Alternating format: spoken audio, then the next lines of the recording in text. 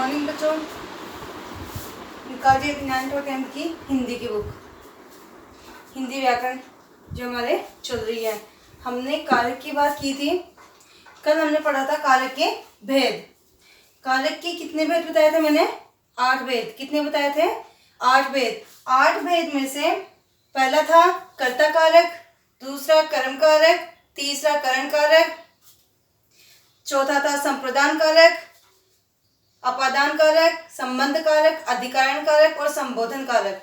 इस प्रकार से हमने 8 प्रकार के कारकों की बात की थी।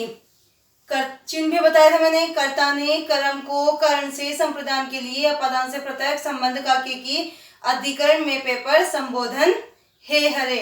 इस प्रकार से मैंने आपको पूरा बताया था कि कौन कौन से भेद होते हैं, उसके चिन्ह किस प्रकार से होते हैं। मैंने आपको याद करने के लिए भी दिया था, आपने याद किया? अगर याद किया होगा तो आज हम उनकी परिभाषा, 8 जो भेद थे उनकी परिभाषा लिखेंगे और उनके बारे में समझेंगे कि किस प्रकार से कौन सा चिन्ह कब आता है, क्यों आता है और कौन से वाक्य में नहीं आता है। चलिए बात करते हैं। पहला है कर्ता कारक। कर्ता कारक में देखिए, संज्ञा या सर्वनाम के जिस रूप से क्रिया के करने वाले का बोध होता है, संज्ञा या सर्वनाम के जिस रूप से क्रिया के करने का वाले का बोध होता है उसे कहते हैं कर्ता कारक। क्या कहते हैं? कर्ता कारक। इसका चिन्ह क्या होता है? ने। क्या होता है? ने। जैसे देखिए, श्याम ने गाना गाया। कर्ता के साथ में संज्ञा या सर्वनाम के जिस रूप में क्रिया के क्या कार्य कर रही है, ये गाने का कार्य कर रही है, करने वाले का बोध होता है। संज्ञा या सर्वनाम के जिस रूप से क्रिया का बोध होता है, जिसकी वजह से बोध होता है, वो चिन्ह क्या होता है? कर्ता कारक माना जाता है। ठीक है, तो क्या होगी इसमें? श्याम ने गाना गाया। दूसरा उदाहरण देखिए, राधा ने साइकिल खरीदी। राधा ने साइकिल खरीदी। ठीक है, इस प्रकार से इनमें ने का प्रयोग किया जा रहा है, तो यहाँ कौन सा कारक हो जाएगा? कर्ता कारक। कौन सा कारक? कर्ता कारक। इसमें भी कुछ बातें हैं कि ने का प्रयोग कब होता है, क्यों होता है और क्यों नहीं होता है। विशेष पहला देखिए, अकर्मक क्रिया के कर्ता के साथ ने विभक्ति का प्रयोग नहीं होता है। जहाँ क्रिया नहीं होती है, जहाँ क्रिया कारक नहीं होता है, वहाँ कर्ता के साथ में ने का प्रयोग नहीं होता है। जहाँ किसी प्रकार का कोई कर्म नहीं किया जाता है, वहाँ कर्ता के साथ में ने का प्रयोग नहीं होता है। जैसे राम पढ़ता है, पता है पढ़ता है, लेकिन वह क्रिया थोड़ा ना कर रहा है, नहीं कर रहा ना क्रिया। अगर वो क्रिया करता कि राम ने पढ़ाई की, मतलब राम ने आज पढ़ाई की, तो उसमें तो वो क्रिया कर रहा है, तब हमें पता है।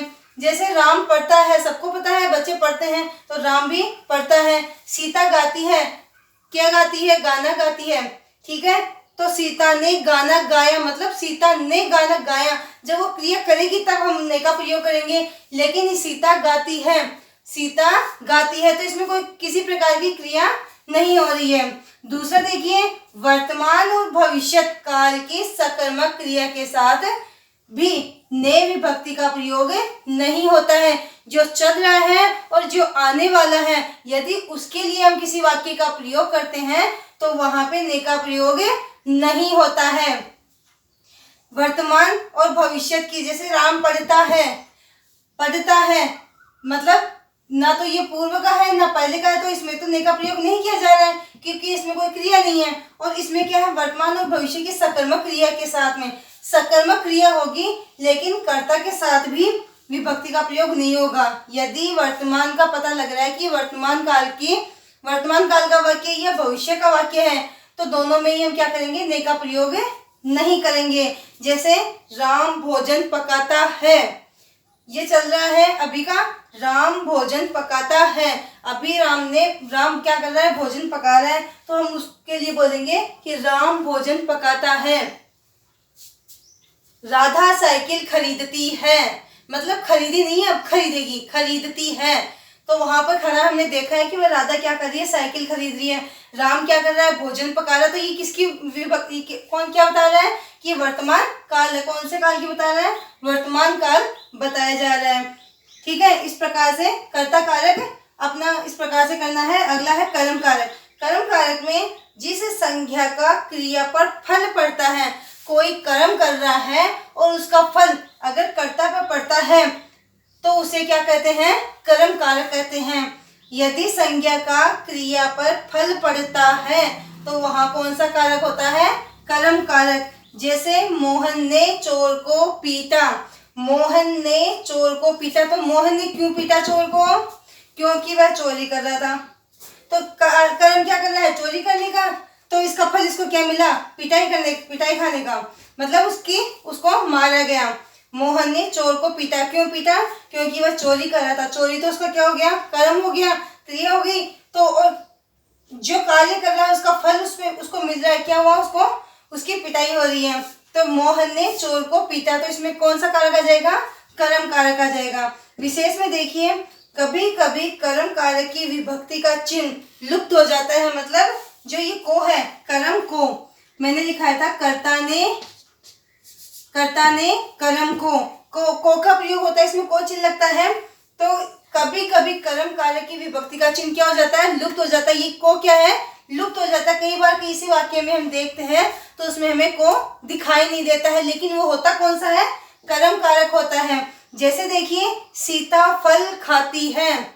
सीता फल खाती है, यदि हम चाहें तो इसको लिख सकते हैं, बोल सकते हैं सीता फल को खाती है। लेकिन वाक्य को सही तरीके से बनाने के लिए सीता फल खाती है, इसमें इसका प्रयोग कर देंगे, सीता फल खाती है। ठीक है, नेक्स्ट देखिए, कभी कभी कर्म कारक में दूसरी विभक्ति का प्रयोग हो जाता है। कभी कभी क्या होता है, जब कर्म कारक होता है उसमें दूसरी विभक्ति का प्रयोग भी कर दिया जाता है। जैसे देखिए, राम के लिए यह पुस्तक लाया हूँ। राम के लिए यह पुस्तक लाया हूँ। तो इसमें कौन सी विभक्ति का प्रयोग हो रहा है, के लिए का प्रयोग किया जा रहा है। तो इसमें क्या बताया गया है, कर्म कारक में सीधा फल संज्ञा पर पड़ता है, क्रिया का फल किस पर पड़ता है, संज्ञा पर पड़ता है, तो वहां पर कर्म कारक माना जाता है। कई बार कर्म कारक की विभक्ति क्या होती है, लुप्त हो जाती है, और कई बार क्या होता है, उसमें दूसरी विभक्ति का दूसरी विभक्ति का प्रयोग हो जाता है। देखिए फिर से बता दी हूँ, कारक मैंने आपको 8 बताए थे। पहले कारक की बात करते हैं, ने, कर्ता कारक ने। इसमें कौन सा चिन्ह प्रयोग हो रहा है, ने का चिन्ह प्रयोग किया जा रहा है, ने का। और कर्म में को का, कर्म में कौन सा आ जाएगा, को का चिन्ह प्रयोग हो रहा है। याद किया था ना, तो लिखवाने की आवश्यकता नहीं होनी चाहिए। तो कर्ता कारक, तो इसके बारे में हम देखेंगे कि कर्ता कब आता है, कर्ता कारक में चिन्ह कब आता है, कब नहीं आता है। संज्ञा या सर्वनाम के जिस रूप से क्रिया के करने वाले का बोध होता है। संज्ञा या सर्वनाम, यदि कोई वाक्य आ रहा है, संज्ञा या सर्वनाम कोई शब्द आ रहा है और उसके बाद में क्रिया आ रही है, तो इन दोनों के बीच संबंध बताने वाले को कर्ता कारक कहते हैं। जैसे श्याम ने गाना गाया, श्याम संज्ञा है और कार्य क्या कर रहा है, गाने का कार्य कर रहा है, तो इसमें ने का प्रयोग कर दिया गया। राधा ने साइकिल खरीदी।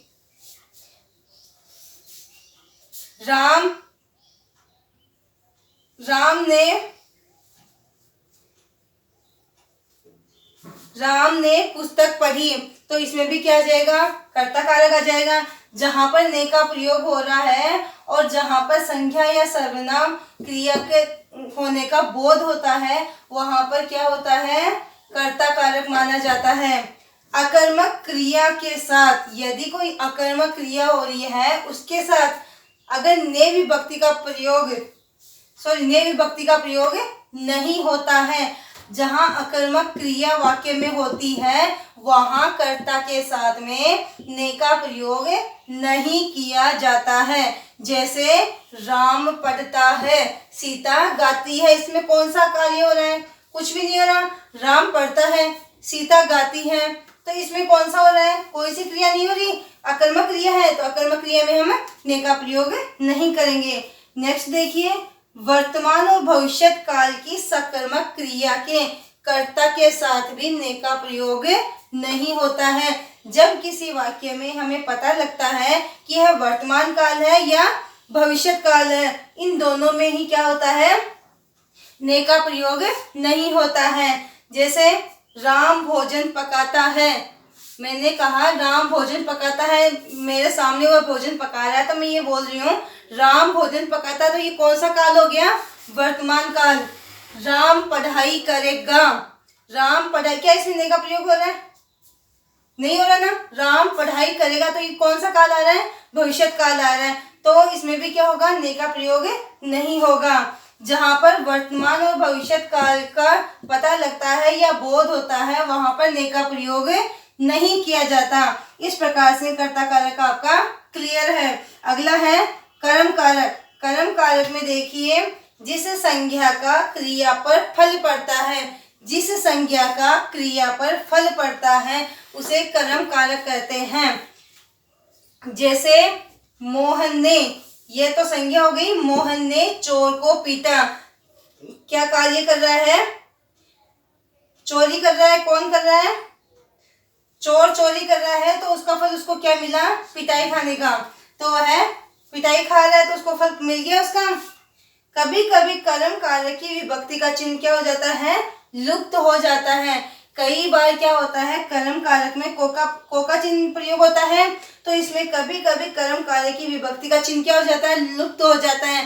कई बार हम किसी वाक्य को शुद्ध करने के लिए उसमें को का प्रयोग नहीं करते हैं। जैसे सीता फल खाती है, सीता फल को खाती है, ये भी कर सकते हैं, लेकिन वाक्य को सही रूप में करने के लिए यही कहेंगे सीता फल खाती है।